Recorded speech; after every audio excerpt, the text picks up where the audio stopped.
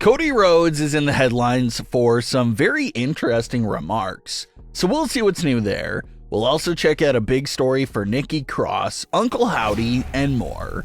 Starting things off with some very big topics concerning Cody Rhodes.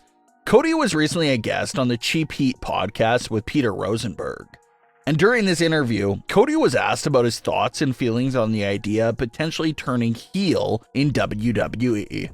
Cody Rhodes had this to say about that topic, quote, "I think I'm lying if I say I don't think about it. The truth is, I'm so caught up in the connection that I have, whether it's the friendship bracelets I get at the shows, or just these moments you have with the kids coming full cosplay. This new generation of fan that's going to grow up and have podcasts and radio shows, I'm so invested in them. It's rare when I think outside of, well, what about a version of me that's hated, that's disliked, that's booed?" End quote. Cody Rhodes continued to say that he really doesn't think the heel turn will happen. He even used John Cena as an example. He pointed out how Cena made it through his career without ever needing a drastic heel turn and major change. But Cody did end his remarks by saying how you have to always say never in this industry. And speaking of that same topic, The Undertaker made some of his own comments on his 6 feet under and talked about his belief in thinking that Cody can pull off a heel character. Undertaker had this to say, quote, "I don't know that he would switch as a champion, but I don't know what the approach would be there.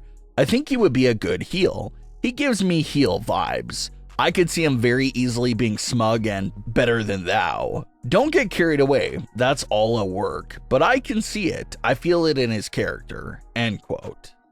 So similar to Cody Rhodes, Undertaker can't really picture a scenario that could cause Cody's heel turn, but if the angle ever popped up, Taker believes that Cody can easily shift his character into the direction of thinking he's above and better than everyone else and taking it from there.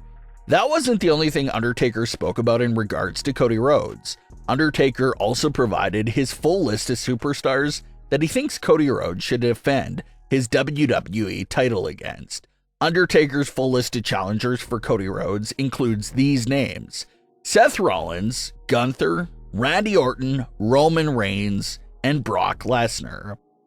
And Undertaker's list is loaded with star power and big feuds for Cody Rhodes. The idea of facing Seth Rollins was something we recently spoke about, but to sum it up, there's a lot of history there, and Cody really owes Seth a big favor, so that could be intriguing. Gunther is just coming out of this historic Intercontinental title reign, and fans just feel like the next big step for Gunther is for him to enter the main event world title scene, so a match against Cody would be exciting. Randy Orton is another no-brainer choice for Cody Rhodes' title reign. Randy and Cody have so much history with each other on WWE television, dating back to the late 2000s from their time in the Legacy faction, not to mention their close friendship outside of the ring and how much Cody looks up to Randy. So there would be a lot to play off there. Roman Reigns has his hands pretty full dealing with his family at the moment, but we're to assume that maybe he will get a rematch down the line and it'll make sense. And Brock Lesnar, assuming he's able to make it back to the WWE ring, would be a great choice to be a challenger for Cody Rhodes. Cody and Brock spent a majority of 2023 feuding with each other. So if Brock came back around for Cody in the WWE title, that could work as well.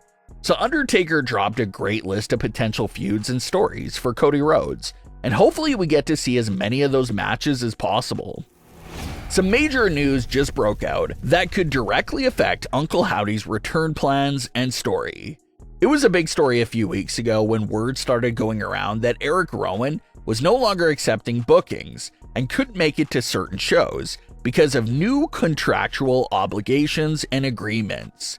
So Erick was letting promoters know that he signed a new major contract, but no one knew who he had signed to. Fans had a strong suspicion that it was WWE that Erick Rowan had signed with, considering that they are about to do some sort of faction to honor Bray Wyatt's life and legacy. So fans figured that the last remaining original Wyatt family member, Erick Rowan, just has to be included in these new Uncle Howdy plans. It's only right. And according to new reports from PW Insider, the fans' guess was correct. They confirmed that Erick Rowan has signed a new deal with WWE. No other context or information was given besides the fact that he signed to WWE.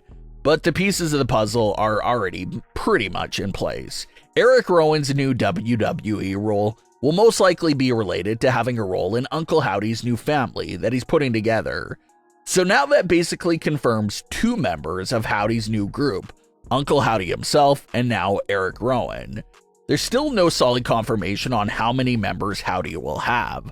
Some fans are still leaning towards 6 because of the original Wyatt 6 faction rumors of 2022. The other member that seems still like a lock-in obviously is Alexa Bliss. So if they're going with 6 members, that still leaves 3 empty spots. Fans on Twitter have been reaching a bit and wondering if names like Dexter Lumis, Joe Gacy, and Nikki Cross could fill in those remaining 3 spots.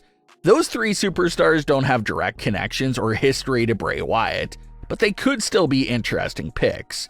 Dexter obviously fits the vibe of a Wyatt-related project. He's a creepy character, a man of literally no words. He can definitely find a decent role in this family of outcasts. Joe Gacy himself has received a lot of comparisons to Bray Wyatt for his recent work, so maybe he could fit in as well. And the most interesting name of this potential 3 is Nikki Cross.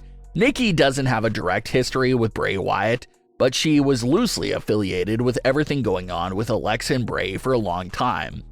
Gotta remember that back in 2020, it was basically because of Nikki Cross that Alexa's rabbit hole with the Bray Wyatt universe first began. Nikki was frustrated with Alexa and stormed out of the ring, leaving Alexa all by herself, and out came the Fiend to capture Alexa. Obviously, Alexa hasn't been quite her normal self ever since that moment took place, nearly 4 years ago. Nikki spent months trying to pull Alexa out of it and feeling guilty about the events there.